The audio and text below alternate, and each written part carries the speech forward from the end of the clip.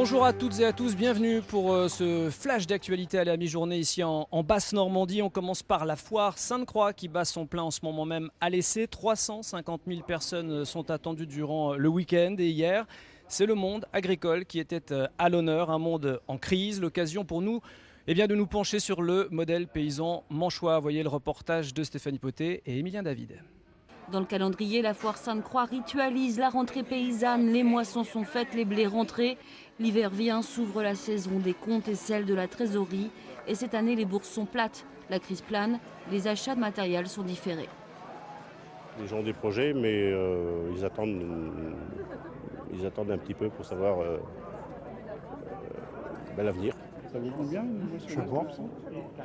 Cette immense moissonneuse-batteuse, ce n'est pas seulement son prix qui effraie, mais aussi le modèle d'agriculture qui tente de creuser son sillon dans les terres bocagères de la Manche. C'est des machines qui ne sont pas du tout adaptées à ça, il aurait fallu plutôt que ça soit dans les plaines et tout ça. Mais par là, ça devient des mesures. Il va falloir abattre des haies, et or, on est en train de maintenir une politique de maintenance des haies. L'agriculture qui a tendance à s'industrialiser à travers l'Europe, le monde, elle résiste peut-être mieux par l'agriculture paysanne dans la Manche.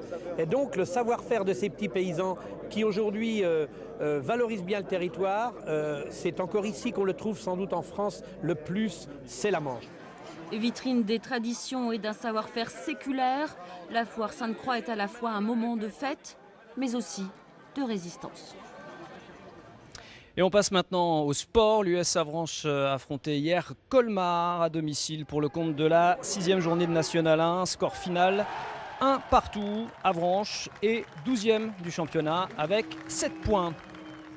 Et puis du handball, deuxième journée de Pro D2. Cherbourg s'est imposé hier soir à domicile face aux Dijonais entraînés par l'ancien barjot Jackson Richardson sur le score de 28-26. Deuxième victoire consécutive pour les Mauves. Et puis les basketteurs du CBC éliminés de la Coupe de France. Le club promu en national a logiquement échoué hier face au Portel, club de Pro B, en 32e de finale, score 73-75. Enfin, ce soir, du foot, 5e journée de Ligue 1, le stade Malherbe se déplace à Troyes. L'occasion de se refaire après 2 défaites face à un adversaire à la portée des Normands. Nous en reparlerons bien sûr dans le C-Sport demain. Vous pouvez le constater, nous sommes dans un cadre très particulier pour ce journal, celui du Mémorial de Caen à l'occasion des 5e rencontres internationales des dessinateurs de presse. On va tout de suite rejoindre Jean-Baptiste Patier au cœur de l'événement. Bonjour Sylvain, bonjour à tous. Juste derrière moi, Ciné, du haut de ses 86 ans et toujours le crayon bien aiguisé, présente son mensuel. 2 rendez-vous cet après-midi ici au Mémorial de Caen. D'abord, 14h, un débat avec cette question.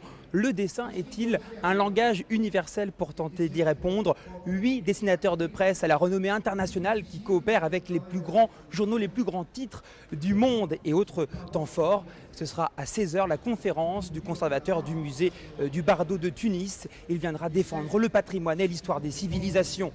Et juste à côté, le fil rouge de cette journée, cette fresque, à tout instant, à tout moment, les dessinateurs peuvent venir exprimer leur opinion, partager leur point de vue. Et bien sûr, cet emblème de la liberté d'expression sera exposé lors du prix Bayeux des correspondants de guerre. Ce sera en octobre prochain. Merci Jean-Baptiste, et moi je vous retrouve ce soir puisque le journal à 19h se fera en direct du Mémorial, un journal exceptionnel où nous évoquerons bien sûr ces 5e rencontres. L'actualité, c'est aussi le festival du film américain de Deauville qui s'achève ce week-end. On retrouve tout de suite Jacques Perrotte et toute son équipe.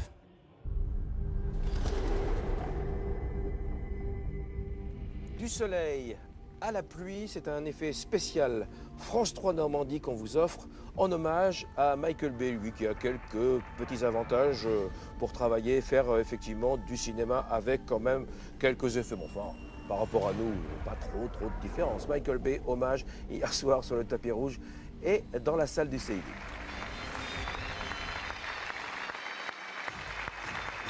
C'est un monument qui descend l'escalier du CID. Steven Spielberg dit de lui qu'il est le meilleur œil de Hollywood. Michael Bay est le maître des effets spéciaux, de la 3D, du numérique. Et ça marche. Plus de 6 milliards de dollars de recettes pour Armageddon, Pearl Harbor ou encore la saga des Transformers. Pas vraiment du cinéma intimiste ou intello, mais à Deauville, on n'est pas sectaire. De la part de ce festival du cinéma américain avec un grand A, sachez, monsieur Michael Bay, que vous êtes ni plus ni moins un bâtisseur du cinéma, autrement dit, indubitablement, un très très grand bille. I dream for a living, and I'm so proud that you noticed my films tonight. Mon boulot, c'est de rêver, et je suis tellement fière que vous avez remarqué mes films ce soir. You made a kid with a little dream happy tonight, so thank you. Ce soir, vous avez rendu ce gamin avec son petit rêve très heureux, donc merci beaucoup. Le gamin devenu grand a offert les premières images de son prochain film aux spectateurs. 13 heures, encore un film d'action mais basé sur une histoire vraie, dans lequel il fait jouer une actrice française, Alexia Barlier. I called fire support. Never came. You're not giving orders anymore. You're in my world now. We have 36 American lives to save. Ce soir, sur ce tapis rouge, eh bien, nous aurons certainement le verdict de cette compétition. 14 films étaient en lice. Le jury a rendu son verdict, je dirais même les jurys, puisqu'il y a aussi le jury de la révélation. On saura tout ce soir. On aura sûrement même quelques informations avant 20h révélées par Bruno Bard, le directeur du festival. Comme chaque année, il nous donnera quelques petits conseils et quelques petits tuyaux sur ce palmarès, j'espère.